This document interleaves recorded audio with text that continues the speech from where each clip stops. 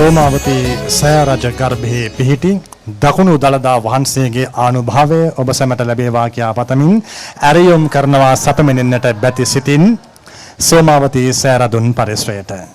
බැති සිතින් ඔබට කරන ඇරයුමත් සුදු වතින් මේ වන විට මේ පුදබිම පුරාවටම රැඳී සිටින උවසුවසියන් දකින විට හිතේ ඇතිවෙන හැඟීමත් මේ පින්කම බොහොම ශ්‍රද්ධාවෙන් වගේම ගෞරවයෙන් සිද්ධ කරන්නටත් අපට ප්‍රාණ වායුව සපයනවාමයි. ඊට ප්‍රධානම හේතුව තමයි අප උදෑසන කාලයේ සිටම සඳහන් කළා. මේ සෑරදුන් වහන්සේ දෙස බලා වන්දනා කරන හැම අවස්ථාවකදීම ඇතිවන්නේ අපට එකම එක හැඟීමක්. ඒ තමයි මේ සෑ ගර්භයේ අපට නොපෙනෙන්නට තැන්පත් කොට සිටින්නේ වැඩ සිටින්නේ අපේ උත්තම බුදුරජාණන් වහන්සේගේ දකුණු දළදා වහන්සේ කියන හැඟීම ඇතිවන විට ලෝතුරා ජීවමාන බුදුරජාණන් වහන්සේට වඳින හැඟුමම හිත පුරා රඳවාගෙන වැඳුම් පිදුම් කරන්නට අපට සිද්ධ වෙනවා. එවන් මහා නර්ග හැඟුම් ඇති කරන විහෙරක සිට අප සූදානම් අමාදාර දහම් සභාවට පිවිසෙන්නට අද අමාදාර දහම් සභාවට වැඩම කොට සිටින අපේ ගෞරවනීය ස්වාමීන් වහන්සේ මා පළමු කොට පිළිගන්නටයි බලාපොරොත්තු වන්නේ. උන්වහන්සේ පේරාදෙණිය විශ්වවිද්‍යාලයේ ඉතිහාස අධ්‍යයනාංශයේ මහාචාර්ය පූජ්‍යපාද හංගුරංකිත ධීරානන්ද අපේ හාමුදුරන් වහන්සේ ඔබ වහන්සේත් අපත් සාදුනාද නංවා බොහොම ගෞරවයෙන් පිළිගන්නවා. පේරාදෙණිය විශ්වවිද්‍යාලයේදී ඔබ වහන්සේට අත්නායක මහත්මයා හැමදාම වගේ හම්බ වෙනවා ඇති. අපිට නම් ස්වර්ණ වාහිනියේ මාසයක් සැරයක් කොහොමවත් හම්බ වෙනව නේද? ඉතින් ඒ හින්දා අපේ හාමුදුරුවෝ විශ්වවිද්‍යාලේ ඉඳන් වඩිද්දී අපේ ස විශ්වවිද්‍යාලේ ඉඳන් ඇවිල්ලා පේරාදෙණිය විශ්වවිද්‍යාලයේ සිංහල අධිනාංශයේ ජ්‍යෙෂ්ඨ කතිකාචාර්ය අත්නායක එම් හේරත් මහතා පේරාදෙණිය පසුකොට නුවර මාතලේ දඹුල්ල පසුකොට ඔබ කෙරෙහි කරුණාවෙන් ඔන්න අදත් සෝමාවතී පුදබීමටම පැමිණ අවසන්. හිතවතුනි, දහමට අනුව බැඳීම් ඇති කර ගැනීම කොහෙත්ම කැපවන්නේ නැහැ. නමුත් අපට නොකියා බෑ ස්වර්ණවාහිනී අපට මේ පුදබිමත් එක්ක තිබෙන බැඳීම පිළිබඳ තිබෙන සැබෑ හැඟීම. ඇතැම් විට ඉතිහාසයේ මතක ඔබට ඒ කාරණාව මතක ඇති. 2002 වර්ෂය වන විට මුළු රටම ත්‍රස්තවාදී බියෙන් පෙළමින් සිටි අවධියක යලිත් අපේ පහමුණේ ශ්‍රී සුමංගල හාමුදුරන් වහන්සේ මේ සෝමාවතී පුදබිම එකල තිබූ තත්වයෙන් මේ තත්වයට නංවා තබන්නටගත් පළමු වෑයමේදී ස්වර්ණවාහිනී අප මේ පුදබිම වෙනුවෙන් කැපවී කටයුතු කළා. එදා පටන් ත්‍රස්ත ග්‍රහණයේ උපරිම ලෙසින් පැවතුණු කාලවකවානුව පුරාවටම සෑම පොසොන් පොහෝ දිනයකදීම අප අමාදාර වැඩසටහන සිද්ධ කළේ සෝමාවතී පුදබිමින්. ඈතින් බොහෝ ඈතින් ඇසෙන නැසෙන තරම් වෙඩි හඬ ඇසෙන කාලවකවානුව පවා තිබුණා අප මේ වැඩසටහන සිද්ධ කරන කාල සීමාව තුළදී. ඒවක් පටන් අවුරුද්දෙන් අවුරුද්ද අතනායක මහතාණනි මේ පුදබිමට එන විට අපට ඇතිවන නිරාමිස ප්‍රීතිය කියා අවසන් කරන්නට බෑ. පැමිණෙන බැතිමතුන්ගේ සංඛ්‍යාවත් දිනෙන් දින වැඩි වෙනවා. ඒ වගේම නෙත පින්බර දසුන් උපදවන ආකාරයෙන් මේ විහෙර වැඩි වර්ධනය වී තිබෙන ආකාරයත් අප දිනෙන් දින දකිනවා. ඒ නිසා තමයි මා කිව්වේ මේ විහෙරට ඇති බැඳීම නිසා ඇතිවන පින්බර හැඟීම ස්වර්ණවාහිනී අපට නොකියාම බෑ. ඉතින් ඒ හැම අවස්ථාවකදීම ඔබ අපිත් එක්ක හිටියා. අපේ ආරයුම පිළිගෙන පැමිණුණා. අදත් එලෙසින්මයි සන්ධ්‍යා කාලයේ තිබෙන චීවර පූජාව වෙනුවෙන් ඒ වගේම විදුලි ආලෝක පූජාව වෙනුවෙන් ඔබ සැම කැපවී කටයුතු කරනවා අපයි තා හොඳින් දන්නවා. එහෙමනම් අපි යමාධාර දහම් සභාවට ගොඩවන්නට සූදානම්. අපේ හංගුරංකිත ධීරානන්ද හාමුදුරන් වහන්සේත් අත්නායක මෙරත් මහත්මයාත් තමයි අද අපේ මනස් හදවත් පෝෂණය කරන්නේ. කැපවීම සහ දරා ගැනීම තමයි අද අපි කතා කරන මාතෘකාව. කැපවීම ගැන කියද්දී අපේ හාමුදුරනේ මේ පුදබිමම හොඳම උදාහරණයක්. අපේ පහමුණේ හාමුදුරන් වහන්සේගේ කැපවීම ගැන ඔබ වහන්සේ කතා කරાવી. ඒ වගේම මේ පැමිණෙන බැතිමතුන්ගේ කැපවීමත් ඒ වගේමයි. අපි අද උදෑසන 4 මාර 5 වගේ වෙනකොට මේ වෙහෙරට එන වෙලාවෙත් හැම තැනම මේ සියලු තනකොළ බිස්සවල් ඇඳන් බවට පත් වෙලා බොහෝ අය තනකොළ බිස්සේ නිදි පවුල් පිටින් දරු පැටවු පිටින් ඊයේ රාත්‍රියේ මෙතන අද එළිවනතුරු රැඳී සිට තමයි මේ සිල් ගන්න ඇවිල්ලා ඉන්නේ. ඒ කරපු කැපකිරීමේ සහ දරා ගැනීමේ ප්‍රතිඵලය අද මහා පින්කමක් බවට පත් වෙලා තිබෙනවා. ඒ නිසා අහස සිඹින මේ සෝමාවතී මහා සෑරදුන් වහන්සේ සමග හැම විටම පින්කම් කරන්නට සිත් නැති කරගන්න ඔබට කැපවීම ගැන අමුතුවෙන් කිව යුතුත් නැහැ. ජීවිතයට කැපවීමේ සහ දරා ගැනීමේ අවශ්‍යතාව ගැන අපේ හාමුදුරනේ මා ආරාධනා කරන ඔබ වහන්සේට ආරම්භ කරන්නට. සෑම දිනකටම තෙරුවන් සරණයි. අද පොසොන් පුරපසළොස්වක් පොහෝ දවස අමාදහර යටතේ අපි කැපවීම සහ දරා ගැනීම කියන මේ මාතෘකා දෙක අලලා සාකච්ඡා කරන්නට අපි දැන් සූදානම් වෙන්නේ. විශේෂයෙන්ම බුදුදහම තුල විවිධ දිශානතීන් ඔස්සේ අපි සාකච්ඡාවන් මෙහෙවනවා. එයිනුත් කැපවීම කියන මේ වචනය කැපවීම, කැපකිරීම, කැප කරන්න, කැපකරු නොඑක් ආකාරයෙන් මේ කැප කියන වචනය අපට මේ බුදුදහම තුල හමු වෙනවා. ඒ වගේම තමයි කප්පිය කාරක කියන වචනය අපිට හමු වෙනවා.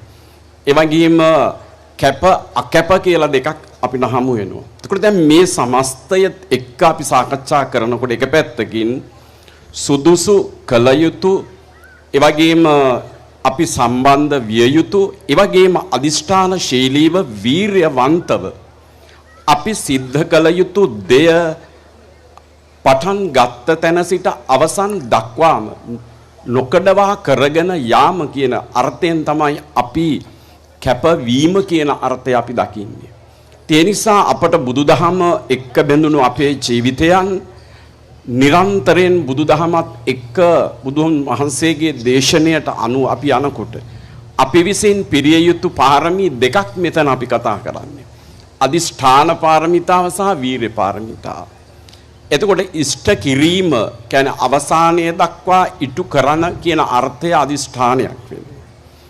අනික් පැත්තෙන් වීර්යවන්තකම කළ යුතුය කියන දැඩි අදිටනින් අවසානයේ දක්වා අපි අපේ ගමන් මඟ අපි හදාගන්නවා. ඒතර මේකට හොඳම නිදර්ශනය තමයි බුදු චරිතය. බුදුරජාණන් වහන්සේගේ චරිතය ගත්තහම උන්වහන්සේගේ චරිතයෙන් අපට පෙන්වෙන්නේ මේක. දීපංකර පාදමූලයේ සිට එදා බෝධි සෙවණේ බුද්ධත්වයේ ලබන තැන් දක්වා සාරා සංකල්ප ලක්ෂයක් මුළුල්ලේම උන්වහන්සේ මේ අදිඨන සහ වීරිය සහ කැපවීම අපට ඉගැන්වුවා. ජාතක පාළිය හරහා ඒ වගේම උන්වහන්සේගේ මේ සාංශාරික ජීවිතයන් හරහා මේ පෙරුම්දම් පුරාගෙන ආපු මේ ජීවිතයේ තිබෙන කැපකිරීම කෙතෙක්ද කියලා අපිට පේනවා. එදා දීපංකර පාද මූලයේදීම උන්වහන්සේ අදිෂ්ඨාන කරන්නේ කුමක්ද? තින්නෝ හුත්වා අහං තාව සංසාරේස්මා මහබ්බය සන්තාරේ සාමි ජනතං නේක දුක්ඛේහි පීලිතං. මට අද බුදු මේ දීපංකර පාද මූලයේදී එදා රම්‍යවතී නගරයේදී දීපංකර බුදුරජාණන් වහන්සේගෙන් බණ අහලා රහත් වෙන්නට පුළුවන්කම තිබෙනවා. නමුත් උන්වහන්සේ ආපහු කල්පනා කරන්නේ අදිෂ්ඨාන කරන්නේ ඒ ජීවිතය කැප කරන්නේ කොතෙන්ද? සන්තාරේ සාමි ජනතං නේක දුක්ඛේහි පීලිතං. මේ සංසාරයට එකතු වෙලා මේ සංසාරේ ගිලිලා අනේක විද දුක් විඳින මේ ජනතාව සන්තාරේ සාමි ජනතං. මේ ජනතාව සසරින් එතර කොට මා සසරින් එතර වන්නෙමි. මේ අදිටන තමයි එදා උන්වහන්සේගේ ඒ බෝධිසත්ව ජීවිතයේ කැපකිරීමේ පළවෙනි පියවර වෙන්නේ. එදා ඉඳලා උන්වහන්සේ සාරා සංඛ්‍ය කල්ප ලක්ෂයක්ම ඒ පෙරුම්දම් පුරන්නේ ඔබ වෙනුවෙන් මම වෙනුවෙන් අපි හැමදෙනා වෙනුවෙන්. ඒ කැපකිරීම කොතෙක්ද කිනම්ද කිනම් ආකාරද කියන එක ඔබ අප හැමදෙනෙක්ම දන්නවා.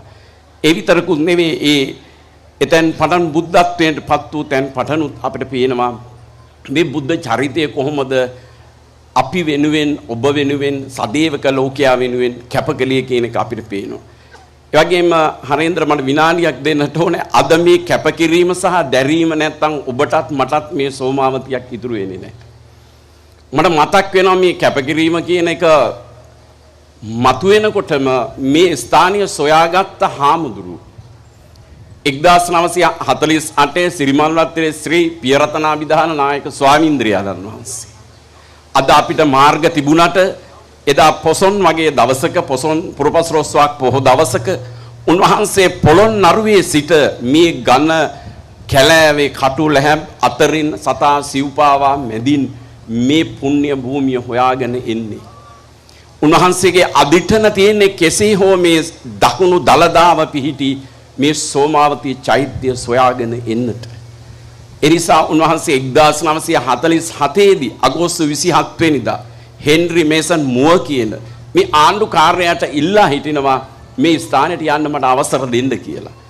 ඒ අවසරය ලබාගෙන එන උන්වහන්සේ මේ ස්ථානයේ අද අපිට පේනවා ඇති කොයිතරම් මේ වන ගහණය තුල අද සුන්දර ස්ථානයක් බවට පත් වෙලා තිබෙනවා. ඒ තැනට ගෙඩ එන්නට උන්වහන්සේ කොයිතරම් කැප කළාද. ඒ වගේම වර්තමාන විහාරාධිපති මල්ලතු මහා විහාරීය වින්සත් වර්ගයේ කාරක සංඝ සභාවේ නියෝජ්‍ය ලේකාධිකාරී ආචාර්ය පහමුණේ ශ්‍රී සුමංගලාභිදාන නායක ස්වාමීන්ද්‍රයන්න් වහන්සේ. හරේන්ද්‍ර අපි දන්නවා ඔබ මතක් කළා වගේම 2002 2003 2004 එනකොට එන්නටත් අපිට හිතක් පහළ වෙන්නේ නැහැ, බයක් ඇති වෙනවා. නමුත් ආයුතු නිසා අපි ආවා. වෙඩිහඬ ඈතින් ඇහෙනවා. එන්න පාරක් නැහැ. කල යුත්තක් නැහැ. නමුත් මේ පුදබිමට අපි ආවා. නමුත් අද අපිට මේ දර්ශනීය හැම දෙයක්ම මේ කැපවීමේ, කැපකිරීමේ, දැරීමේ, දුක් විඳීමේ ඵලය තමයි අද ඔබ විඳින්නේ. අද ඔබ ජයග්‍රහයි ලීලාවෙන් අද පෙනී හිටින්නේ. මෙතන වාඩි වෙලා සිටින්නේ. අද අපි සාකච්ඡා කරන්නේ ඒකේ ඵලය හැටියටයි මම දකින්නේ, මම විශ්වාස කරන්නේ. ඒ නිසා කැපකිරීම කියන්නේ මොන අර්ථයක්ද කියන එක මූර්තිමත් කරන්න ලංකාවේ තියෙන ඊටම සුදුසුම තැන තමයි සෝමාවතී කියලා හරින්ද්‍ර මම විශ්වාස කරන්නේ. අපේ හාමුදුරනේ ඔබ වහන්සේ සඳහන් කරද්දී මම මේ කරුණු යලි යලි සිහිපත් කරන්නේ අද අපේ මාතෘකාවට ගැළපෙන නිසා. ඒ 2002 2003 වකවානුවේ එනකොට ඔබ වහන්සේ සඳහන් කළා වගේ හිතවතුනි තාර පාරක් තිබුණේ නැහැ. කිලෝමීටර් 8ක් 10ක් පුරාවට ගුරු පාර. ඒ ගුරු පාර වැහි කාලයට මඩ පාරක්. පායන කාලයට දූවිල්ලෙන් පිරුණු පාරක්. ඉස්සරහින් යන වාහනේ පේන්නේ නැහැ. පසුපස්සෙන් යන වාහනයට දූවිල්ලේ තරම මොන තරම්ද කියනවා නම්. මහා දවාලේ පවා ප්‍රධාන විදුලි ලාම්පු දල්වාගෙන තමයි පාරේ වාහන වලට යන්න සිද්ධ වෙන්නේ. ඒ තරම් දරුණුයි. ඒ පමණක් නෙවෙයි. අලියතුන් ගහන අය. සමහර තැන්වල වාහනේ පැය භාගයක් පමණ නවත්තගෙන ඉන්න සිද්ධ වෙනවා. අලියතුන් මේ පාර මාරු වෙලා යනතුරු. ඒ අතරමඟ පැමිණියාම ගොඩනැගිලි නැහැ. අපිට මතකයි ඉස්සර අපේ නිෂ්පාදක මඩුල්ල අපි හැම කෙනෙක්ම මම පවා තකරන් මඩුවේ බිම පත්තර කොළ එලාගෙන අප නිදාගෙන දවස පහන් කරනවා. මොකද වෙන කිසිම පහසුකමක් මේ විහාරස්ථානයේ ඒ වෙනකොට තිබුණේ නැහැ. නාන්න තිබුණේ එක ටැංකියයි. ඒ ටැංකියෙන් තමයි බැතිමතුන් වැඩ කරන අය හැම කෙනෙක්ම පොලිමේ ගිහිල්ලා නාන්නේ. නමුත් අද වෙනකොට ඔබ දකිනවා පොළොල් රූපරාම තුළින්, දුර රූපරාම තුළින් මොනතරම් නම් සුපින්බර කම නිසාම සුපසන් සහ නෙත පිනවන විහෙරක් බවට මේ විහෙර පත් වෙලා තිබෙනවාද කියන වගේ අපේ හාමුදුරන් වහන්සේගේ දැඩි කැපවීම මත ඉදි කර තිබෙන ඇතම් ගොඩනැගිලි සැබවින්ම බොහොම දර්ශනීයයි. ඒ වගේ මේ චෛත්‍යරාජානන් වහන්සේ මෙලෙසින් සුදුහුණු පිරියම් කරමින් දකින netවලට ප්‍රසන්න භාවයක් ඇති කරන්නට හැම දිනකම හැකි ආකාරයට අපේ හාමුදුරන් වහන්සේ කටයුතු කරනවා. ඒ සියල්ල කැපවීම දරා ගැනීම පිළිබඳ හොඳ උදාහරණ. එකම රැයකින් අසිරියෙන් මෙන් වහා මල් විකසිත නොවේයි. ගසත් පොළවත් බොහෝ දුක් විඳ අසිරිමත් මල් බිහි කරයි. අප මලක සුන්දරත්වයෙන් දුටුවාට ඒ මල බිහිවන්න මේ පොළවත් මේ ගසත් දරූ වෑයම දන්නේ ගසයි පොළවයි පමණයි. බොහෝ කැපකිරීම් වල ප්‍රතිඵලය අප දුටුවාට ඒ කැපකිරීම් වල තිබෙන දුෂ්කර බව අප දැක නැහැ. අත්නායක මහතාණනි ඔබතුමාට බාරයි. හරේන්ද්‍ර මේ මං එනකොටම ගාල්ලේ සංගමිත්තා බාලිකා විද්‍යාලයේ ඉඳලා ඇවිත් හිටපු ශ්‍රියාලතා මල්ලවාරච්චි ගුරු මාතාවක් වෙන්න ඇති කවියක් ලියලා තිබුණා. මගේ අතට දුන්නා. ග්‍රහඵල ග්‍රහ දෝෂ හැමගෙම දුරු වේවා, අනතුරු විපත් කිසිවෙකුටත් නොම වේවා, සෝමාවතියේ රැස් දහරින් සැනසේවා, අමා දහර හැම සිත් තුල රැව් දේවා. ඒ කවියෙන් මම පටන් ගත්තේ අදත් මෙතනට ඇවිත් ඉන්න අමා දහරට ආදරය කරන, එය නරඹන, අසන, විඳින, මෙතන නැති ගෙවල් වල සිටින ලක්ෂ සංඛ්‍යාත අපේ ආදරණීය දයාබර පින්වන්ත සියලුම ප්‍රේක්ෂක ප්‍රේක්ෂිකාවන්ට උපහාර පිණිස. හරින්ද අපේ මාතෘකාවද මා කැපකිරීම දරා ගැනීම අවසානයේ ජය ගැනීම. මගේ ළඟ තියෙන පොතක් මාගේ දේශේ හඬ. මේ පොත රචනා කරන්නේ නිශාන්ත ප්‍රේමරත්න මාධ්‍යවේදියෙක්. මේ පොතේ විශේෂත්වය මේ පොතේ තියෙන්නේ මම ගුවන් විදුලි වැඩසටහන් වල පැවැත්වූ දේශන මගේ කටහඬින්ම මං කතා කරන උච්චාරණය කරන ශබ්දය හැර ඒ ලතාවෙන්ම ලේඛනගත කරපු ගොඩගේ මුද්‍රණ ශිල්පියෝ මුද්‍රණය කරපු පොතක්. දැන් වෙළඳපොලේ තියෙන පොතක් මාගේ දේශයේ හඬ. මේ පොතේ ප්‍රධාන දේශනය කළේ කොළඹදී හරේන්ද්‍ර ජයලාල් කියලා මහත්තයෙක්. වැඩි අපි දන්නේ නැහැ යාව. කොහම හරි ඇවිල්ලා හොඳ දේශනයක් කළා. මම මේ පොත පෙන්නන්නේ මේ පොත මං අවුරුදු 10ක් ගුවන්විදුලියේ කරපු කතා. මේ නිශාන්ත ප්‍රේමරත්න කියන තරුණයා ඒ ඔක්කොම මහත් කැපකිරීමකින් එකතු කළා. මේක පෙන්වන්න එක හේතුවක් තමයි අමාදහරටත් දැන් අවුරුදු කීයද? නොකඩවාම අමාදහරේ හිටියේ මමයි හරේන්ද්‍රයි. මම මේ අද හරේන්ද්‍රට යෝජනා කරනවා අපි එතෙක් මෙතෙක් කරපු අමාදහර සියලු වැඩසටහන් පටන් ගනිමු හරේන්ද්‍ර අපි මේ විදිහේ පොතක් බවට පෙරලන්න. ඔය රැට මේ Facebook එකට ඇනෑන ඉන්න වෙලාවේ හරේන්ද්‍ර ඒ වගේ පොඩ්ඩක් දුරු වෙලා මේ වැඩේ කරන්න පටන් ගත්තා නම් මම හිතන්නේ මේ වන විට අපි අමාදාරින් පොත් 7ක් 8ක් කරමු. අපේ මාතෘකාව කැපකිරීම, දරා ගැනීම සහ ජය ගැනීම. මිහිඳු හාමුදුරුවන්ගේ දවස අද ලංකාවට වැඩිය නියම බුදුහාමුදුරුවන්ගේ දවස අද. උන්වහන්සේගේ පියා අශෝක රජතුමා සංඝමිත්තා මෙහෙණින් වහන්සේගෙත් අශෝක රජතුමාගේ පළවෙනි බිසව වේටිස දේවිය ඒ දේවියගේ පුත්‍රවන තමයි මිහිඳු හාමුදුරුවෝ. ලංකාවට වැඩම කරපු මිහිඳු හාමුදුරුවෝ කිසි දිනක නැවත ගම රට බලා ගියේ නැහැ. සංඝමිත්තා මෙහෙණියත් නැගණියත් ආවා මෙහෙට. අශෝක නැමැති තාත්තා කිසි දිනක මේ දරුවෝ දෙන්න බලන්න ලංකාවට ආවේ නැහැ.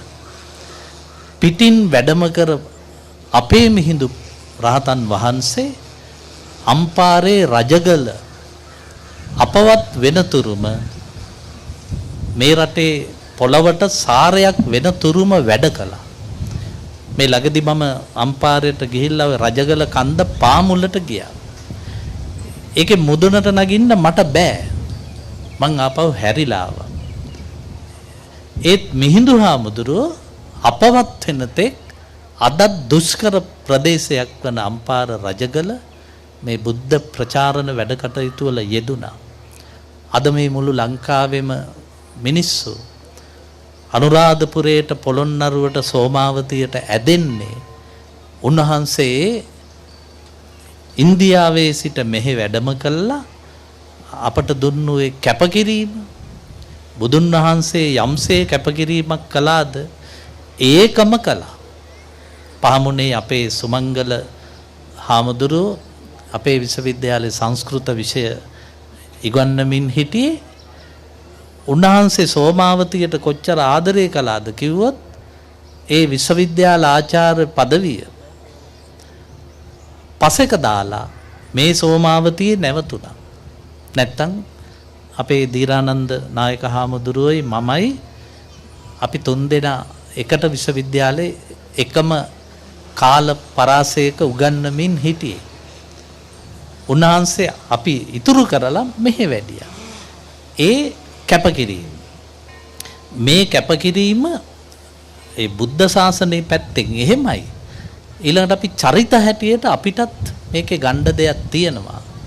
මම මේ ළඟදී ගියා රත්නපුරේ ජේසු බිලිඳාගේ කන්‍යාරාමයට.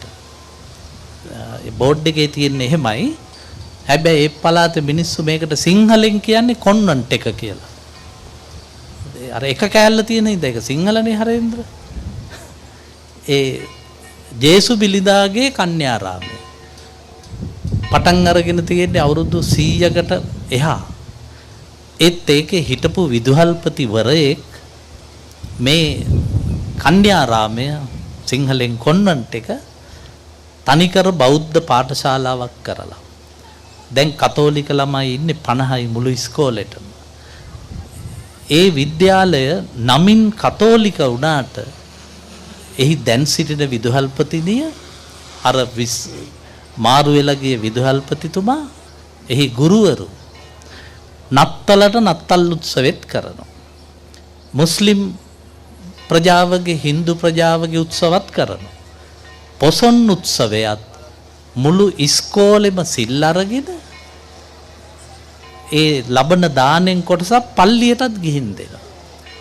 ඉතින් මට ඒ කැපකිරීම දකිද්දී මට හිතුණා හරේන්ද්‍ර මේ අන්‍ය ජාතීන් සමග කුලල් කනවට වඩා ඒ ජාතීන් සමග මිතුරුව කරන මෙහෙය කොච්චර වැදගත්ද. මේ කැප කරන මිනිස්සු දැන් සමහර අයට යම් යම් දෙයකට කැප කරන්න පුළුවන්. හැබැයි දරා ගන්න බෑ. කැපකිරීමයි දරා ගැනීමයි කෙලවර ජයග්‍රහණය. දැන් මට මතකයි මම බදුල්ලේ ධර්මදූතයට ගියේ සපත්තුත් සෙරෙප්පුත් නැතිව නිරුවත් පාදයෙන්. එහෙම ඉස්කෝලේ ගිය මම සපත්තු තියන අය මගේ කකුල පෑගුවා. මම ලේ පෙරාගෙන කකුලේ එනකොට අම්මා මට කිව්වේ අල්ලට සිඟාවත් රස නැති කැවිලි කකා වල්කොල්ල බිම අතුට නිදි නොලැබ දුක් තකා කල්ගිය රෙදි වැරලි ඇඳදැලි කුණෙන් වකා ඇල්මෙන් නකුරු උගනිව් ඉදිරි වැඩ තකා. අම්මා සපත්තු අරන් දුන්නේ නැහැ. අරන් දෙන්න විදියක් නැහැ. අපේ ගෙදර 11ක් විතර හිටියා. එතකොට කකුල්ම එතන 22ක්. ඉතින් එතකොට අම්මත් අමාරුයි සපත්තු 11ක් නම් ඔන්න අරන් දෙයි. ඒතකොට තවත් 11ක් මදිනේ. ඒ හින්දා අරන් දුන්නේ නැහැ කවිය කියලා දුන්නා. කවියෙන් කිව්වේ ඒ නැති බැරිකම ඇති හැකිකම දක්වා යන්න සුදුසුකමක් කරගන්න. මොකද අපි දුප්පත් වෙලා ඉපදෙන එක අපේ වැරද්දක් නෙවෙයි. හැබැයි දුප්පතෙක්ව මිය යන එක මගේ වැරද්දක්. ඒක මට කියලා දුන්නේ මගේ මෑණියන් වහන්සේ. අර කවියෙන් අල්ලට සිඟාවත් රස නැති කැවිලි කකා වල්කොල බිම අතුට නිදි නොලැබ දුක් තකා කල්ගිය රෙදි වැරලි ඇඳදැලි කුණෙන් වකා ඇල්මෙන් නකුරු උගනිව් ඉදිරි වැඩ තකා. ඒ කාලේ හරේන්ද්‍ර අසරණව ඉස්කෝලේ යන ළමයාට ධෛර්යය දුන්න මේ අධ්‍යාපන ක්‍රමයෙන්. අද අල්ලට සිඟාවත් රස නැති කැවිලි කන දරුවට මේ නිල ඇඳුම් ක්‍රමයෙන් මේ පාවහන් ක්‍රමයෙන් වෙන්නේ මානසිකව ඇද වැටිලා ඔවුන් පාසල අතහරිනවා. එදයි මෙදයි අතර වෙනස ඒකයි. මං දහම් පාසලට ඒ කාලේ ගොඩාක් ආදරය කළේ දහම් පාසලේ එක්කෙනෙකුටවත් සපත්තු දාන්න තහනන්නේ. ඒව ගලවලා යන්න ඕන. මම ඉතින් හරි ආසයි දහම් පාසලට. මට හිතුණා ලංකාවේ ඔක්කොම ඉස්කෝල දහම් පාසල් වුණා නම් මට තැනක් තියෙනවා. මට ඉස්කෝලේදී තැනක් නැති උනේ ටික කාලයක්. අර නිල ඇඳුම් සපත්තු ක්‍රමයේ හින්දා කැප කරලා ඉගෙනගත්තු හින්දා අර දුක දරාගත්තු හින්දා ජය ගන්න පුළුවන් වුණා. ඒ නිසා අද අපේ මාතෘකාව පොඩි වුණාට ඒක ධර්මයේ පැත්තෙන් එක පැත්තක් ජීවිතේ පැත්තෙනුත් ඒක ඊටාම අර්ථවත්. දුප්පත් වෙලා උපදින එක අපේ වරද්දක් නොවේ. හැබැයි දුප්පත් වෙලා මිය යන එක අපේ වැරද්දක්. ඔබතුමා මතු කරපේ කාරණාව හරිම වටිනවා. අපිට අපේ උපත තීරණය කරන්න බෑ. හැබැයි උපතෙන් පසු අපේ ජීවිතයේ තීරකයා අප. කැපවීමත් දරා ගැනීමත් ගැන කතා කරන කල හොඳ කියමනකින් අප එතුමාගේ ඒ කතාව අවසන් කරන්නේ. ඇල්බර්ට් අයින්ස්ටයින් කියන්නේ අපි මුළු ලෝකෙම දන්නා විද්‍යාඥයෙක්. නමුත් එතුමාට පොඩි කාලේ බොහෝ දුක් විඳින්න සිද්ධ වුණා. කිසි කෙනෙක් හිටියේ නැහැ එතුමාට අත දෙන්න, උදව් කරන්න. අඩුම ගානේ මේ වැඩේ කරන්න කියලා කියන්නේ. ඒ පුදුම මානසික පීඩනයකට එකල එතුමාපත් වුණා. පසු කාලීනව එතුමා යම් තැනක දේශනයක් කරද්දී සඳහන් කරනවා මෙන්න මෙහෙම කතාවක්. මට අත දීමට බැහැයි කී සැමට මම ස්තුතිවන්ත වෙමි. මන්ද තනිව වැඩ කිරීමේ හැකියාව, තනිව වැඩ කොට ජය ගැනීමේ හැකියාව මා උගත්තේ ඔවුන්ට පින් සිදුවන්නටය. ඒ නිසා තනිව නැගී සිට ජීවිත අරමුණු ජය ගන්නට කැපවීමේ සහ දරා ගැනීමේ වටිනාකම කතා කරමු. අපි අපේ හාමුදුරන් වහන්සේට පූජ්‍යපාද දීරානන්ද හාමුදුරන් වහන්සේට යලි ඒ සඳහා ඇරයුම් කර සිටිමු. මට හරේන්ද්‍ර මතක් වුණා අපේ බුදුහාමුදුරු දේශනා කරපු ඉතාම වැදගත් සූත්‍රයක් තියෙනවා. කුසීතාරම්භ වත්තු සූත්‍රය. මේ කැපවීම දරන්නේ කොහොමද? ඒ වගේම කැපකිරීම වෙනුවෙන් අපි කළ යුත්තේ කුමක්ද කියන මේ කරුණු දෙක උන්වහන්සේ ඊටාම පැහැදිලිව මේ සූත්‍රයේ කුසීතාරම්භ වත්තු කියන මේ අංගුත්තර නිකායන මේ සූත්‍රයෙන් උන්වහන්සේ පැහැදිලි කරනවා. ඒකේ කරුණු 8ක් හරේන්ද්‍ර උන්වහන්සේ පැහැදිලි කරනවා අපිට. ඒකේ පළවෙනි කාරණය තමයි යම්කිසි පුද්ගලයෙක් යම් වැඩක් ආරම්භ කරාට පස්සේ ඒක අවසාන වෙන තුරුම කරන්නට ඕනේ. වීරියවන්ත. දෙවෙනි කාරණේ උන්වහන්සේ පැහැදිලි කරනවා ඒක අවසන් වුණත් තවත් ඉතුරු තියෙනවද කියලාත් බලන්න ඕන කියලා. 2. තුන්වෙනි එක යම් ගමනක් යන්නට සූදානම් වෙන්නට තම වෙනත් කාර්යයක නිරත වෙන්නට සූදානම් වෙනකොට කල යුතුව තිබුණු දෙයක් කල යුතු දෙයක් තියෙනවද කියලා බලන්නට ඕනේ. ඒ ගමනක් හෝ වෙන කටයුත්තක් කරලා ඇවිල්ලා තව ඉතුරු දෙයක් තියෙනවද කියලා බලන්නටත් ඕනේ. දැන් 4යි. පස්වෙනි කාරණේ කියනවා සමහර විට ආහාර නැතිව වෙලාවට අපි කල්පනා කරනවා ආහාර නැහැයි කියලා. නමුත් අපි උත්සාහ කරන්නට ඕනේ අපිට පැවරිලා තියෙන කාර්ය කරන්නට ආහාර නොමැති වුණත් තිබෙන ශක්තියෙන් කරන්න ඕනේ. ආහාර ගත්තට පස්සේ අපි හිතන්නට ඕනේ දැන් තියෙන ශක්තියෙන් හොඳට වැඩ කරන්න ඕනේ කියලා. අසනීප වෙන බව අපි දන්නවා අසනීප වෙන්න ඉස්සර වෙලා වැඩ ටික කරන්න ඕනේ. අසනීප සුව වුණාට පස්සේ ඊටු වැඩ ටික ඉනිවාට කරන්න. මෙන්න මේ විදිහේ කැපවීමක් තිබෙනවා නම් අපි හැමදෙනාගේම ජීවිත එතන තමයි අපේ ජයග්‍රහණය රඳා පවතින්නේ. අපි හැම විටකම අලසකමින් කුසීතකමින් පසුගාමි වෙනවා. මේ නිසා මේ රටේ අද අපිට පේන දේ තමයි මිනිස්සු හුඟක් පසුගාමි වෙලා තිබෙනවා. අපි පෙරගාමි වෙන්නට ඕනේ. අපේ දරුවන්, අපේ තරුණයන්, අපේ වැඩිහිටියන් මේ හැම දිනෙකම පෙරගාමී සිතුවිලි වලට අරගෙන එන්නට ඕනේ.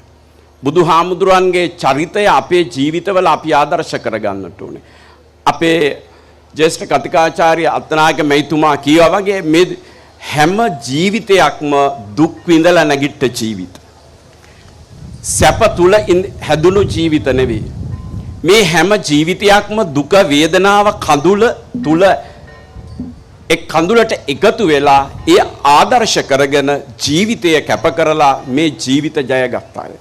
මුළු ලෝකෙම අපි ගත්තත් ඒ හැම ජීවිතයකම අපට ඉගෙන ගන්න තියෙන පාඩම අපේ කැපකිරීම කොච්චරද එතන තමයි අපේ ජයග්‍රහණය තිබුණේ. අපේ හාමුදුරනේ අපි තව බොහෝ දෑ කතා කළ යුතුයි. වහන්සේගේ පූර්විකාව ප්‍රවේශයම අපට බොහෝ වටිනවා. නමුත් එතනින් එහාට වහන්සේ අපිට තව කරුණු ඉදිරිපත් කරાવી. ඊට කලින් අපට සිද්ධ වෙනවා ලබා ගන්නට විරාමයක්. විරාමයෙන් අනතුරුව මේ අසිරිමත් පුදබිම වෙත අප යලිත් පැමිණෙනවා.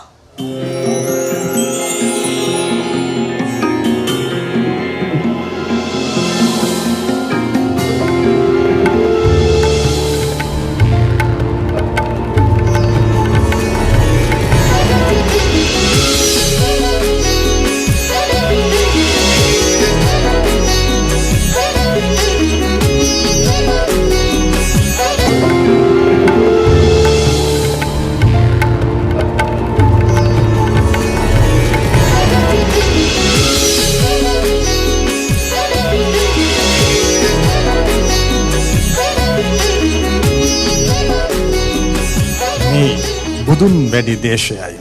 අද අනුබුදුන් වැඩි දිනයයි. බුද්ධ ධර්මයේ අනුබුදු මිහිඳු මහරහතන් වහන්සේගේ වැඩමවීමත් සමග බෞද්ධ සංස්කෘතියක් බවට පත්වනවා. මේ බෞද්ධ සංස්කෘතිය තුළ අපේ ගුණදම් පිළිබඳව, යහ ගුණදම් පිළිබඳව, මනුදම් පිළිබඳව නිරන්තරයෙන්ම මතුවෙනවා කියවෙනවා. මේ හරහා මතුවුණු මානව සදාචාරය මතු පරපුරට sannivedanaya කිරීම ඔබේත් මගේත් අද දවසේ වගකීමක් බවට පත්වනවා. ඒ වගකීමක් පමණක් නොවේ, ඒ දානමය මහා පුණ්‍ය කර්මයක්. ඒ නිසාම එකී දානමය පුණ්‍ය කර්මය අපි අදත් මෙලෙසින් අසිරිමත් බුදුරස් විහිදෙන සෝමාවතී සෑරදුන් වහන්සේ වැඩ සිටින පුදබිමේ සිට සිදු කරන්නටයි බලාපොරොත්තු වන්නේ. අපේ මනුදම් යහගුණදම් මතු පරපුරට sannivedanaya කරන්නට ශ්‍රී ලංකා ටෙලිකොම් සිදු කරන මනුදම් පාරමිතාව මෙතෙන් පටන් සිද්ධ කරන්නට අප සූදානම් වෙනවා. ස්වර්ණ වාහිනී අමාධාර සමගින් එක්ව ශ්‍රී ලංකා ටෙලිකොම් ආයතනයේ මනුදම් පාරමිතාව සපුරන 5 වන පොහෝ දිනය බවටත් මේ පත්වනවා. අපි වෙනදාසේම අදත් මේ ස්ථානයේදී පාසල් පුස්තකාල පොත් ප්‍රදානය කරන්නට, පාසල් උපකරණ ප්‍රදානය කරන්නට, පාසල් බෑග් ප්‍රදානය කරන්නට වගේම දේශීය ඖෂධ පැළ සහ පළතුරු පැළ ප්‍රදානය කරන්නටත් බලාපොරොත්තු වෙනවා. මේ සියල් කාරණා තුළින් මානව ධර්මතා සංරක්ෂණය කරන්නටත්, පරිසරය සංරක්ෂණය කරන්නටත් මතු පරපුර යොමු කරවීමයි අපේක්ෂා කරන්නේ. මේ පුණ්‍යවන්ත සහ සදාචාරවත් කටයුත්ත සිද්ධ කරන්නට වැඩම කොට සිටින මේ විහාරයේ විහාරවාසී අපේ ඉන්ද්‍රගුප්ත හාමුදුරන් වහන්සේ පළමු කොට අප ගෞරවයෙන් පිළිගන්නවා. එලෙසින්ම ශ්‍රී ලංකා ටෙලිකොම් සමූහයේ සභාපති කුමාරසිංහ සිරිසේන මැතිතුමා, ශ්‍රී ලංකා ටෙලිකොම් පොළොන්නරු ප්‍රාදේශීය කළමනාකරු රුක්ෂාන් එදිරිසිංහ මැතිතුමා, ශ්‍රී ලංකා ටෙලිකොම් ආයතනික සම්බන්ධතා කළමනාකාරිණී උමේෂා සඳරේනු මහත්මිය සහ ශ්‍රී ලංකා ටෙලිකොම් ජ්‍යෙෂ්ඨ විධායක සහකාර කළමනාකරු කැලුම් කුලතුංග මහතා අප පිළිගන්නේ ඉතා ගෞරවයෙන්. එසේනම් හිතවතුනි, අප සූදානම් වෙනවා මේ සමාජ සත්කාරක මෙහෙවර අදත් සමාරම්භ කරන්නට. ඒ යටතේ මුලින්ම අප බලාපොරොත්තු වන්නේ පාසල් පුස්තකාල පොත් ප්‍රදානය කරන්නටයි. මේ පාසල් පුස්තකාල පොත් අතර ඉංග්‍රීසි භාෂාවෙන් මුද්‍රිත පොත් රාශියක් අන්තර්ගත වෙනවා. ඉංග්‍රීසි භාෂාව ප්‍රගුණ කරන දරුවන් ඒ දැනුමෙන් සන්නද්ධ කරවීම මෙහි පරම අරමුණක්. අද සෝමාවතී කනිෂ්ඨ විද්‍යාලය වෙතයි මේ පුස්තකාල පොත් ප්‍රදානය කරන්නේ. අප ආරාධනා කරනවා එම පාසලේ නියෝජිත වරයෙකුට හෝ නියෝජිත වරියකට ශ්‍රී ලංකා ටෙලිකොම් සමූහයේ සභාපති කුමාරසිංහ සිරිසේන මහතාගේ සුරතින් පාසල් පුස්තකාල පොත් ලබා ගැනීම සඳහා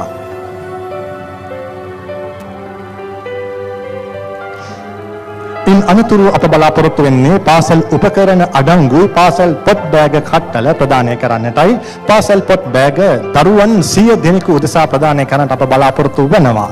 ඒ යටතේ අප තෝරාගත් දරුවන් කිහිප දෙනෙකුට සංකේතාත්මක මේ අවස්ථාවේදී ප්‍රදානය කරනවා.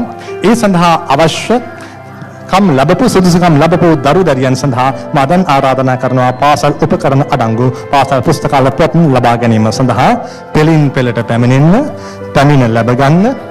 ඔය හැම කෙනෙකුගේම අධ්‍යාපනය මනවින් සිද්ධ කර ගැනීම අරමුණු කර ගනිමින් ඒ සඳහා අවශ්‍ය කරන උපකාරයක් විදියට සහ සහයෝගයක් විදියට ශ්‍රී ලංකා ටෙලිකොම් ආයතනය මේ දරුවන්ට මෙලෙසින් පාසල් උපකරණ සහිත පොත් කට්ටල අඩංගු බෑග ප්‍රදානය කරනවා. ඒ අතරේදීම මෙම මනුදම් පාරමිතාවේ සුවිශේෂී භාවයේ පරිසර සුරක්ෂිත භාවය උදෙසා දරුවන්ව යොමු කරවීම. ඒ සඳහා වටිනා ඖෂධ පැළ සහ පළතුරු පැළ ප්‍රදානය කරන්නට සූදානම්. අප බලාපොරොත්තු වෙනවා අද මේ ඉසව්වේදීම ඒ ඖෂධ පැළත් පළතුරු පැළත් ප්‍රදානය කරන්නට, ඒවා තමන්ගේ නිවසේ හෝ තමන්ගේ පාසලේ ඒ දරුවන්ට සිටවන්නට පුළුවන් රුක් රෝපණය තුළින් දරුවන් සමාජ මෙහෙවරක් සිදු කළා හා වෙනවා. එසේනම් අපි ආරාධනා කරමු මේ දරුවන්ට ඖෂධ සහ පළතුරු පැළ ඇති ලබා ගැනීමට. මේ 5 වන වතාවටයි මේ ප්‍රදානයන් සිද්ධ කරන්නේ. ඒ නිසා මේ වන විට ලංකාවේ අප කුමන ස්ථානයේද අමාදහර වැඩසටහන කරන්නේ, ඒ ප්‍රදේශීය ආශ්‍රිතව පාසල් දරුදරුවන් 100 දෙනෙකින් පැළ 100ක් ලබා ගන්නවා. ඔබ හිතන්න අප මේක අවුරුද්දක් දෙකක් තුනක් පමණ සිද්ධ කළත් මොන තරම්නම් පැළ සංඛ්‍යාවක් අලුතින් රෝපණය වෙනවාද? ඒ මොන තරම්නම් අලුත් සංස්කෘතියක් නිර්මාණය කිරීමක් බවට පත් වෙනවාද? ඉතින් මේ පැළ රෝපණය කරන්නට මේ දරුවන්ට යොමු කරද්දී අප තවත් කරුණක් සංකේතාත්මකව සිද්ධ කරනවා. ඒ තමයි අප මේ සමාජ සත්කාර මෙහෙවර සිද්ධ කරන විහාරස්ථානය තුළ වටිනා සඳුන් පැළයක් රෝපණය කිරීම. ඒ සඳහා දැන් අප මේ කටයුතු සිදු වන අතරේදීම යොමු වන්නට බලාපොරොත්තු වෙනවා. ස්ථානයේ වැඩ සිටිනවා මේ විහාරස්ථානයේ විහාරාධීශවරයාණන් වහන්සේ පූජ්‍යපාද පහමුණේ ශ්‍රී සුමංගල නායක හඳුරන් වහන්සේ, ඒ වගේම ශ්‍රී ලංකා ටෙලිකොම් පොළොන්නරුව ප්‍රාදේශීය කළමනාකරු රුක්ෂාන් ඉදිරිසිංහ මහතා අප දැන් අපේ හඳුරන් වහන්සේට ගේ ආශිර්වාදය මත රුක්ෂාන් ඉදිරිසිංහ මහතාට ආරයුම කරනවා. ඒ රුක් රෝපණය මේ විහාරස්ථානය තුල සිද්ධ කරන්නට ඒ අද දවසේ අප කරන මේ සමාජ සත්කාරක මෙහෙවර යලි සමාරාජනා වන්නට හැමදාමත් සිහිපත් වන්නට වටිනා සංකේතයක් බවට අනිවාර්යයෙන්ම පත්වේවි. ඒ අතරේදී ශ්‍රී ලංකා ටෙලිකොම් සමූහයේ සභාපති කුමාරසිංහ සිරිසේන මහතා අප සමග සිටිනවා. හිතවතුනි, ව්‍යාපාරයක් සිද්ධ කරන විට ව්‍යාපාරික අරමුණු පෙරදරි කරගෙන පමණක් බොහෝ විට කටයුතු කරන අය අතරේ ඒ අතර ප්‍රමුඛ මෙහෙවර බවට සමාජ සත්කාරක මෙහෙවර ක්‍රියාත්මක කිරීම සැබවින්ම අවධානය යොමු විය යුතු කාරණයක්. පමණක් නෙවෙයි, සැබවින්ම ප්‍රශංසාවට ඇගයීමට ලක් විය යුතු කාරණාවක්. අපි කැමැති කුමාරසිංහ සිරිසේන මහතාගෙන් දැනගන්නට මාස 5ක් පුරාවටම මේ සත්කාරය සිද්ධ කළා. මේ මාස 5 තුළ ඔබතුමාලා ලැබුණු ප්‍රතිචාර හරහා මොකද්ද දැනෙන හැඟීම? තව දුරටත් මේ සත්කාරය සිද්ධ කිරීම පිළිබඳව ඔබතුමාලා තිබෙන අදිෂ්ඨානය අපි කැමැති මේ කාරණා දැනගන්නට. ශ්‍රී ලංකා ටෙලිකොම් ජාතියේ සංවේදනයේ නායකයා විදිහට අපි දීර්ඝ කාලයක් ස්වර්ණවාහිනී මාධ්‍ය ජාලය සමග එකතු වෙලා කරන අපේ මනුදම් ගුණදම් මතුපරපිට සංවේදනය කිරීමේ වැඩසටහනේ මනුදම් පාරමිතා වැඩසටහන අපි කරන සෑම වෙලාවම අපිට හිතෙන්නේ අපේ ජාතියේ අපේ අහිංසක දූ දරුවන්, ඒ වගේම රටේ සමස්ත ජාතිය වෙනුවෙන් අපේ මේ සමාජ වගකීම ඉටු කිරීමේ මේ ප්‍රබල කාර්යභාරය මහ විශාල තෘප්තියක් අපිට තියෙනවා. ඇත්තෙන්ම මේ වර්ෂයේ අපි රුවන්වැලි සෑය වැඩසටහන යටතේ නව විහාර මන්දිරයත්, ඒ වගේම දිබුලාගල ආරණ්‍ය සේනාසනයේ ආලෝක පූජාවත්, ලංකාරාමයේ ආලෝක පූජාවත් මෙවැනි සමාජයේ අපේ ආගමික වැඩසටහන් වලට සම්බන්ධ වෙමින් අපේ දූ දරුවන් වෙනුවෙන් ඌ අපේ මාසික සමාජමය වගකීම අපි ඉටු කරමින් ස්වර්ණවාහිනී සමග අපි මේ කරන කාර්යදාමය අපිට විශාල සමාජ අත්දැකීමක්, ඒ වගේම මතුපරපුරට sannivedanaya කිරීමේ ජාතික වගකීම අපි ඉටු කරමින් පවතිනවා.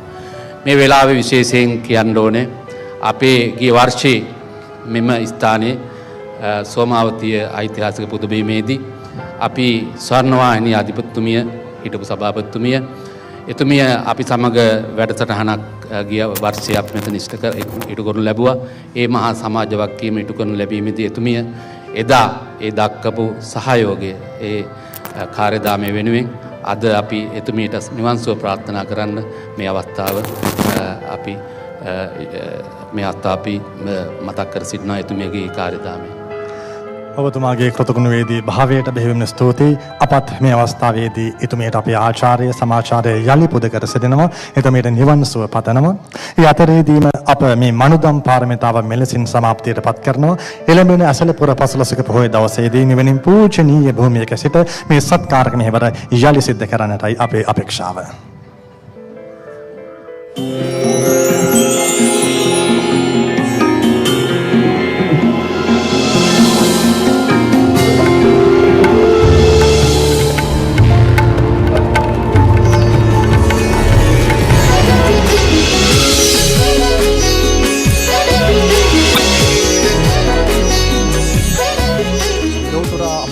බුදුරජාණන් වහන්සේගේ දක්ෂිණ දළදා වහන්සේ වැඩ සිටින ඓතිහාසික අසිරිමත් සෝමාවතී සෑරදුන් වහන්සේ වැඩ සිටින පූජා භූමියට පැමිණෙන්නට කියා ඔබට කළ ඇරයුම පිළිගනිමින් මේ වන විට මේ පූජා භූමිය පුරාවට දහස් සංඛ්‍යාත නොව දසදහස් සංඛ්‍යාත ජනගහනයක් රැඳී සිටිනවා. උදෑසන පටන් ශීල සමාදානයේ නියුක්ත වන්නට සපමිනි දනන් සේම විටින් විට මේ පුදබිම වන්දනා කරන්නටත් අප සිදු කරන නෙක පින්කම් වලට සහභාගී වන්නටත් දහස් ගණනින් දනන් මේ පුදබිම වෙත හිමිදිරියේ පටන් මේ වන විටත් දිගින් දිගටම නිරන්තරයෙන් ඇදී එමින් පවතිනවා. අද සන්ධ්‍යා කාලයේදී අප පවත්වන චීවර මහා පූජාමය පුණ්‍ය කර්මයට වගේම විදුලි ආලෝක පූජා පුණ්‍ය කර්මයටත් මේ බැතිමතුන්ගේ පැමිණීම අප අපේක්ෂා කරනවා. ඒ පමණක් නොවේ, ඔවුන්ව ඒ පූජා පුණ්‍ය කර්මයන් සඳහා දායක කරගන්නටත් අප බලාපොරොත්තු වෙනවා. ඒ නිසා මේ වන විට සෝමාවතී පුදබිම පුරා වසා පැතර සිටින මේ සදැහැති බැතිමත් දනන් සමගින් එක්ව අප කරන පින්කම් අතර අප මේ රැඳී සිටින්නේ ස්වර්ණවාහිනී පෝදා අමාදහර දහම් සභාව තුල. අද අපි කතා කරමින් සිටියේ කැපවීම සහ දරා ගැනීම පිළිබඳව. අපිට ගෙවි ගිය කාලය බොහොම අමාරුවෙන් දරා ගන්න සිද්ධ වුණා. විනාඩි 20කින් වගේ පමණ තමයි අපි මේ යලි හම්බ වෙන්නේ. ඒ ගැන අපිට කිසි වචනයක් කියන්න බෑ අත්තනායක මහත්මයා. මොකද අපි කතා කරන්නේ කැපවීමයි දරා ගැනීමයි. ඒ නිසා ලැබෙන ඕනෑම දෙයක් අපිට දරා ගන්නට සිද්ධ වෙනවා. ඊට පසුව ජය ගන්නට අපට හැකි වෙනවා. අත්තනායක මහත්මයා වෙත යොමු වන්නේ ඊට කලින් විනාඩියක් ගන්න කතාවක් කියන්න. පුතෙක් තාත්තා ගාවට ගිහිල්ලා කියනවා මට කසාද බඳින්න ඕන කියලා. ඒක අහපු ගමන් තාත්තා කියනවා මට සමා වෙන්න කියලා කියන්න. පුතාට එකපාරටම හිතා ගන්න බෑ තාත්තට මොකද්ද මේ වෙලා තියෙන්නේ. නෑ තාත්තේ මං කිව්වේ මට කසාද බඳින්න ඕන කියලා. නෑ මම කියන්නේ මට සමා වෙන්න කියලා කියන්න. ඊට පස්සේ පුතා කියනවා මං කිසි වරදකුත් නොකර මම මොකටද සමා වෙන්න කියලා කියන්නේ. ඒ ගැන පුතා මගෙන් ප්‍රශ්න කරන්න එපා. පුතා කියන්න මට සමා වෙන්න කියලා. ඊට පුතා හරි මං කිසිම වරදක් කළෙත් නෑ. මට කරපු වරද මතකත් නෑ. මට කමක් නෑ මං කියන්නම්කෝ මට සමා වෙන්න. ඒතකොට තාත්තා කිව්වා දැන් පුතා විවාහයට සුදුසුයි. විවාහ වුණු අයට දරා ගන්න සිද්ධ වෙන අවස්ථා අතරින් එකක්. අත්තනායක මහත්මයාටත් පුරුදු දේ වචනය. මම මේක හන්දයි හැදුවේ. මං ඊට කලින් ඇහුවේ ඒකයි. ඔව් ගෙදරදිම වෙන දෙයක් අමාදාරට ගෙනාව කොහොම හරි සමා වෙන්න. වරද කාට තිබුණත් බිරිඳට හෝ සැමියාට හැකිනම් මට සමා වෙන්න කියා කියන්න. එතනින් එහාට විවාහ ජීවිතේ සුරක්ෂිතයි. මතක තියාගන්න. හරේන්ද්‍ර ඒබ්‍රහම් ලින්කන් පුංචි කාලේ වහල් මෙහෙවරක යෙදුණු පවුලක පුංචි වහලෙක්. කුලියට දරපලන එක තමයි ඒබ්‍රහම් ලින්කන්ගේ රස්සාව. මේ පුංචි වහලා දරපලපල ඉන්නකොට ඇමරිකානු ස්වාමි දුවක් ලින්කන්ගෙන් අහලා තියෙනවා අනාගතේ කවුද වෙන්නේ? මේ පොඩි ළමයා කියලා තියෙනවා මං කවදා හරි ඇමරිකාවේ ජනාධිපති වෙනවා. එතකොටම අර ගෘහණිය ගෙදර තිබ්බ කුණු වතුර බාල්දිය ගෙනල්ලා ලින්කන්ගේ ඔළුවට හලලා කියනවා එහෙනම් ඒ ජනාධිපති වෙන පුද්ගලයාට ඔන්න මගෙන් පළවෙනි උපහාරය. කුණු වතුර නාපු ලින්කන් තීරණය කරනවා කවදා හරි ජනාධිපති වෙන්නම ඕන. ඉස්කෝලේ යෑම තහනම් වහලුන්ට ඉගෙන ගන්න තහනම්.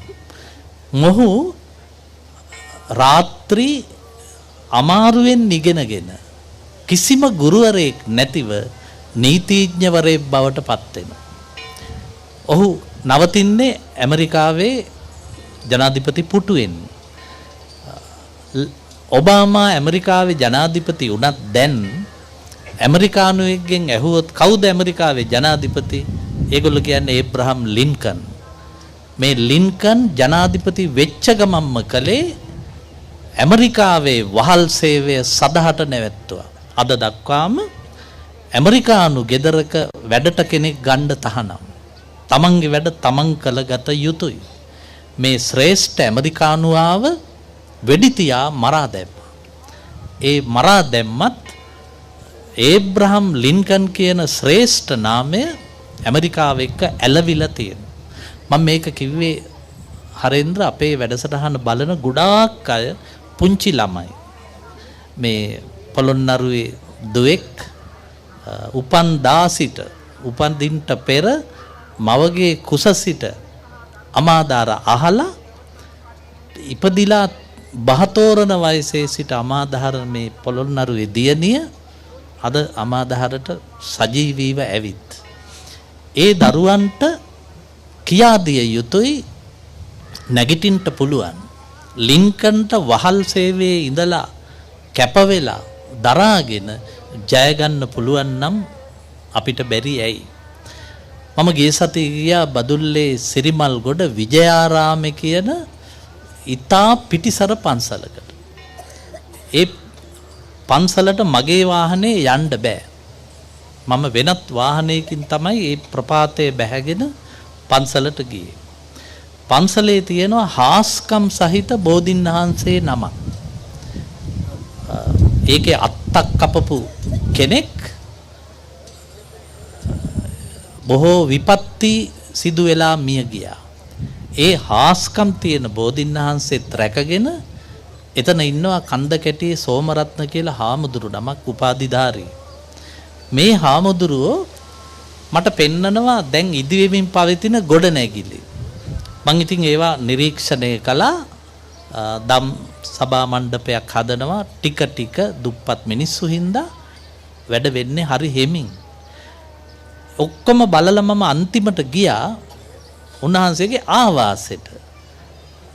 හරේන්ද්‍ර ඒ ආවාසේ පකරම් මඩුවක්. මං කිව්වා ඉස්සෙල්ලා මේක හදාගන්න එපැයි. හාමුදුරුවෝ hina වෙලා කියනවා මට ඉන්න කොතන බැරිද? දුටුගැමුණු රජුරෝ ඉස්සෙල්ලම හැදුවා මිරිසවැටිය, ලොව මහා පාය, රුවන්වැලි මහා සෑය. හැදුවේ නෑ මාලිගාවක් දුටුගැමුණු තමන්ට. හිටියේ එලාර හිටපු මාලිගාවෙමයි. ඒ අපේ ආදි පාලකයෝ. ඒගොල්ලෝ කවදාවත් බලයටපත් වෙලා මේ තමන්ගේ සුඛ විහරණයට මිලියන ගණන් දේවල් ගත්තේ නැහැ. ඒවා දුන්නේ පොදු දේපල වලට. කැප කිරීම කියන එකට මේ පොදු ජනයයි දුටු ගැමුණුලයි අර සෝමරතන හාමුදුරුවෝ වගේ අයයි හැර වෙන නිදර්ශන තියෙනවා. මිනිස්සුන්ට ගම් වතුර ගලපු වෙලාවේ Taman දවල්ට කණ්ඩගේන පත කොටුවේ දුම්රිය පොළ ඉදිරිපිට මේසයක් තියලා යන්න කියලා ගියාම දවල්ටයි උදේටයි කණ්ඩගේන බත් ගෙඩිය කෝච්චියෙන් බහින මිනිස්සු පෙරහැරේ ඇවිත් අර මේසේ උඩ බත් වලින් චෛත්‍යයක් වගේ ගොඩ කරලා ගියා. ඒ මිනිස්සු විතරයි හරේන්ද්‍ර අපේ හාමුදුරුවරු ගමින් ගම දොරින් දොර රූපවාහිනියෙන් ගුවන් විදුලියෙන් කියපු බණ තේරුම් අරගෙන හිටියේ. කවුරු හරි කියනවා නම් මේ හාමුදුරුවරු කියපු බණ වැඩක් නැහැ. කොච්චර බණ ඇහුවත් හරි ගිහින් නැහැ. හරි ගිහින් තියෙනවා. ඒක පේන්න විපතක් වෙන්න ඕන. විපතේදී අපේ මිනිස්සු කිසිම මන් දන්න දේශපාලකෙක් අර බත්පත දුන්න වගේ දෙයක් කළේම නැහැ. කළේම නැහැ. සමහරු බෝට්ටුවෙන් ගිහින් අර වතුරේ ගිලිලා ඉන්න මිනිසුන්ට වියලි ආහාර දෙනවා ගම් වතුරේ පොඟවගෙන කණ්ඩ. වේලිච්ච කරවල එහෙම එක්කෙනෙක් කෙහෙල් ගෙඩියක් දීලා තිබ්බා ගම් වතුරේ වහලක් උඩ ඉන්න මිනිහෙකුට. එකම එක කෙහෙල් ගෙඩියක්. තමන්ගේ බත්පත දෙන්න ඒ පරිත්‍යාගය හරේන්ද්‍ර එය කලේ මේ රටේ වැඩ කරන ජනතාව. දුම්රියෙන් බැහැලා ඒගොල්ලෝ බත් එකක් ගේන්නේ බත් එකක් කඩෙන් ගන්න සල්ලි නැති හින්දා. පඩිය මදි හින්දා. ඒ හින්දා මේ කැප කිරීම අගය කිරීම ජය ගැනීම දරා ගැනීම දවල් වේලක් නොකා ඉඳලා ගම් වතුරට පිහිට වෙන මැද්දේ තමයි සමහර අයට කෝටි 117ක වාහන ඕන උනේ. හොඳේ ඒ අතරේ තමයි බත්පත දීලා සහෝදර ජනතාවට බඩගින්න නිවන්න පෙළඹුණේ. මට මතකයි හරේන්ද්‍ර මේ සිද්ධීන් බොහොම තරුණ විදියට විවේචනය කරමින් මුල් පිටුවෙන් කතා කළා. එය සිදු දිනවලම මේ ආදර්ශයක් දෙන්න ඕන ජනනායකයෝ මිනිස්සුන්ට. ඒ අතර සූරිය වැවට මම ගියා. සූරිය වැවදී ගම්බද දේශපාලනයේ කොච්චර හොඳද බලන්න හරේන්ද්‍ර.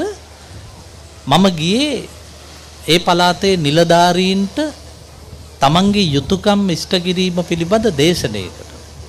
මම යන්න කලින් කිව්වා ඒ සභාපතිතුමා ජනක කියලා මේ පුංචි තරුණේ මම කැමති මගේ දේශනයේ අතරතුර කන්තෝරුව මම වැඩ කරන මේක තමයි මාහට ඇති විනෝද උයන ඒක මට ගායනා කරලා පෙන්වන්න නැටුමක් එක්ක මේ සභාපති ලේකම්තුමයි සේවකයෝයි මේක රංගපාලා පෙන්නවා. මේක ලංකාවේ රූපවාහිනියකින් පෙන්වන්න තිබ්බනම් ඒකේ කාර්යාලයේ ලොක්කට රංගපෑවේ කාර්යාලයේ රියදුරු මහත්තයා. සේවකයාට රංගපෑවේ සභාපතිතුමා. තව සුළු සේවකයෙකුට රංගපෑවේ ලේකම්තුමා. හරිම ලස්සනට මේගොල්ලෝ මේක පෙන්නුවා විතරක් නෙවෙයි ක්‍රියාවෙන් මට පෙන්නුවා මේ සාමූහික වැඩකිරීමේ ගුණය තමයි සාර්ථකත්වයේ රහස. ඒ කැපකිරීමත් දරා ගැනීමත් ඒ ප්‍රාදේශීය දේශපාලකයන්ට ගෞරවයක් විදියට අමාදහරේ සටහන් කරන්න ඕන. වැඩි බණ කියන දේශපාලන චරිත ඉන්න රටක බුදු බණ වල තියෙන වටිනාකම පෙන්වා දෙන්නේ සාමාන්‍ය මිනිස්සුමයි. පෞගිය ගම් වතුර කාලෙදී ආපදා කාලෙදී ඒ වගේ හොඳින් පෙනුණු හැටි ඔබතුමා උදාහරණ මගින් දැක්වුවා. අපි තව සුළු වේලාවක් අපට ඉතුරුව තිබෙන්නේ කැපකිරීම සහ දරා ගැනීම පිළිබඳව කතා කරද්දී පෞගිය 2015 අධ්‍යයන පොදු සහතික පත්‍ර උසස් පෙළ විභාගයේදී විභාග ප්‍රතිඵල පිළිබඳව කරපු සමාලෝචනයක් පසුගිය දවසක පුවත්පතක තිබුණා. ඒකේ තිබුණා 2015 උසස් පෙළ විභාගයෙන් වැඩිම සරසවි වරම් ලැබපු දිස්ත්‍රික්කය යාපනය. යුද්ධයෙන් අවුරුදු 30ක් තිස්සේ දැඩි ලෙස දරුණු ලෙස ම්ලේච්ඡ ලෙස පීඩා විඳි යාපනය මෙවර සරසවි වරම් වැඩියෙන්ම ලැබපු සිසුන් ඉන්න දිස්ත්‍රික්කය. ඒ ප්‍රවෘත්තියේ තිබුණු අනික් පුදුම කතාව තමයි සරසවි වරම් අඩුවෙන්ම ලැබපු සහ උසස් පෙළ විභාගයේ වැඩියෙන්ම ෆේල් වුණු සිසුන් ඉන්නේ කොළඹ. මේ විභාග දෙපාර්තමේන්තුව නිකුත් කළ සමීක්ෂණය.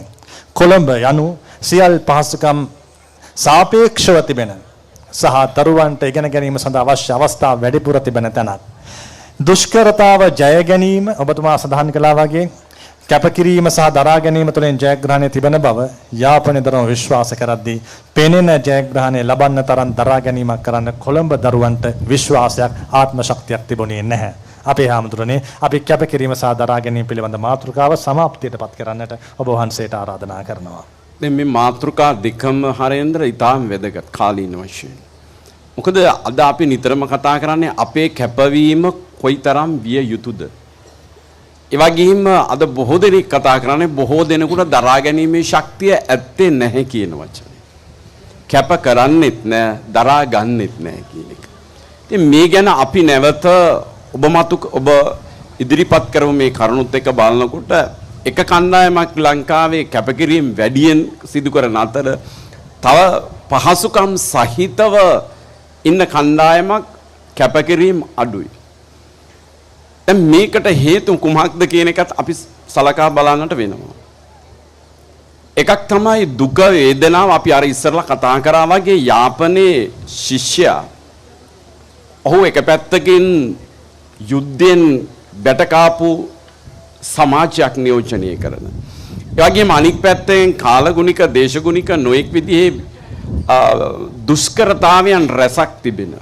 ඒ වගේම අඩු පහසුකම් තිබෙන.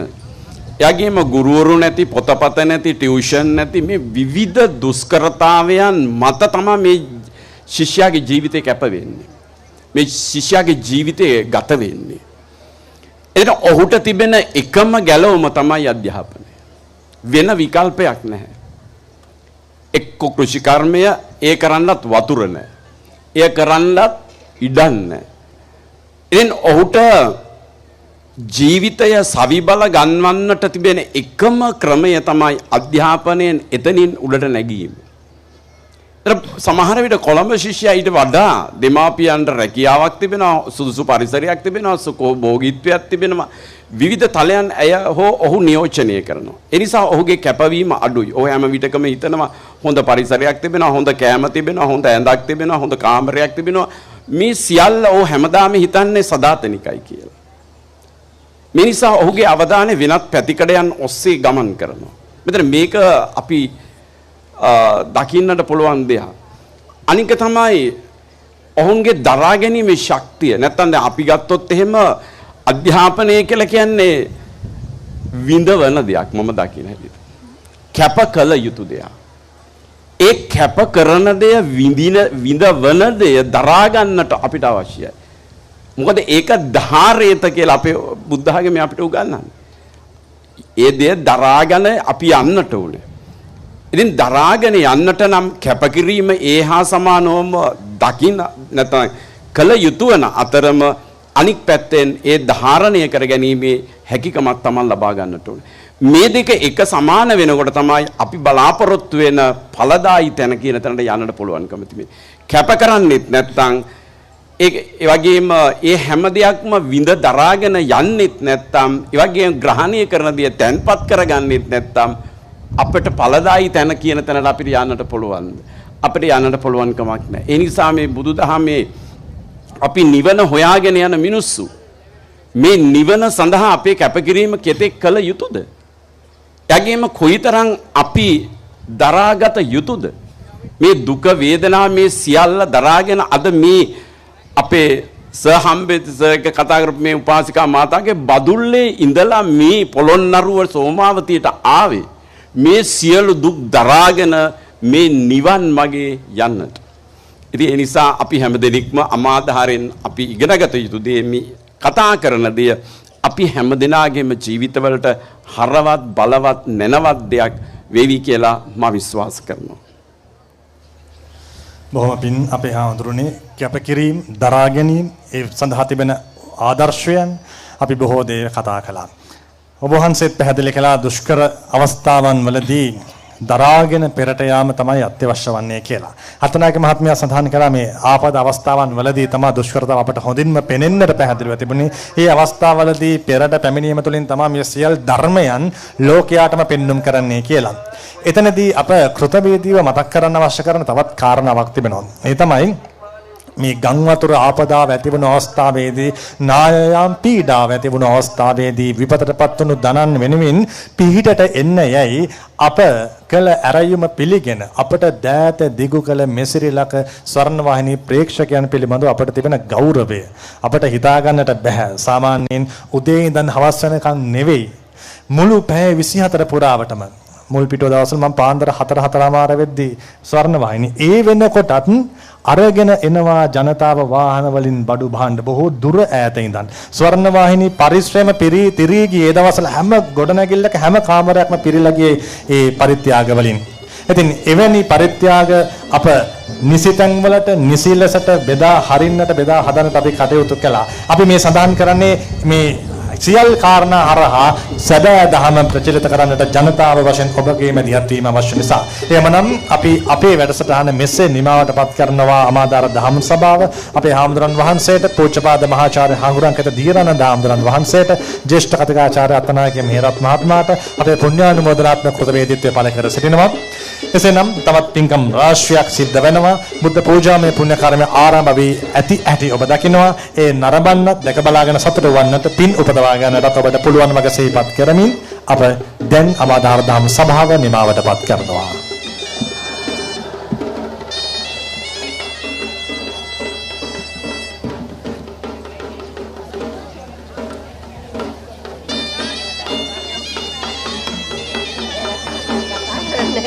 එහෙමද? බදුල්ලි? අද බදුල්ලි මහ සෙනගක් ආවද? ගොඩක් ආවද? බත් එකක් ආවා. ඒකයි. දාන්න දෙන්න. හරි. කොහමද? බලනවා. ඔව් බෑදාම් හරි අඩුවක් තුනයි අපි හැමදාම් බලනවා. බලනවා නේද? හැමදාම් වෙනවා. අපි අද ඉස්සෙල්ලා දැක්කේ මලකට ගියා. හොඳයි අම්මේ. අද තමයි දැක්කේ. දුමි පොතක.